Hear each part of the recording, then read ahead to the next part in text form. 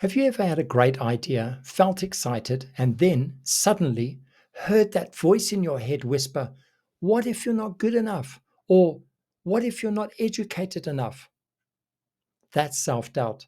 And while it feels emotional, it actually begins in your brain.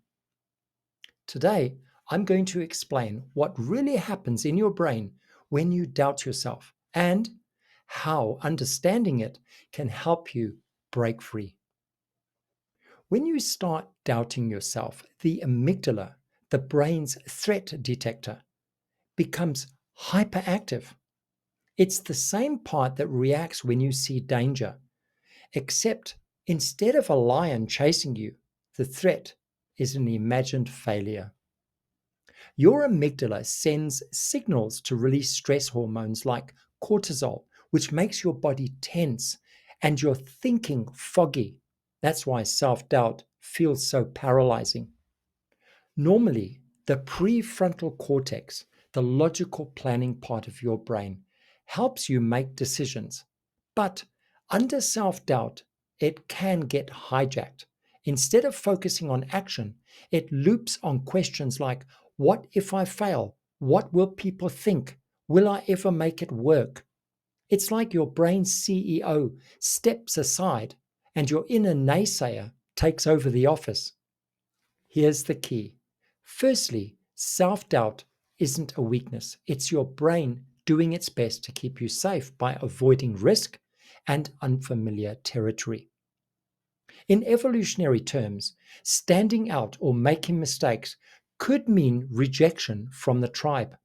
Today, rejection feels scary because your brain is wired to treat it like survival. So, how do you stop your brain from spiraling into self-doubt? Well, number one, name it. The moment you notice self-doubt, say, "This is just my amygdala doing its job." Labeling it reduces its power it has in keeping you stuck. Number two, reframe the threat. Instead of asking, "What if I fail?" ask, "What might I learn?" This places your prefrontal cortex back online. Number three, initiate micro actions. Take one small step forward.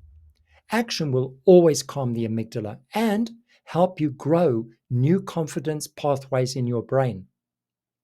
Remember, every time you override self-doubt with action, you're literally rewiring your brain for courage and confidence. So the next time you feel doubt creeping in, don't view it as a sign that you're weak or incapable. See it as your brain doing what it's always done, protecting you.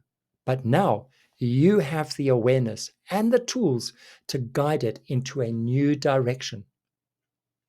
If you found this video helpful, hit like, subscribe, and share it with someone who battles with self-doubt.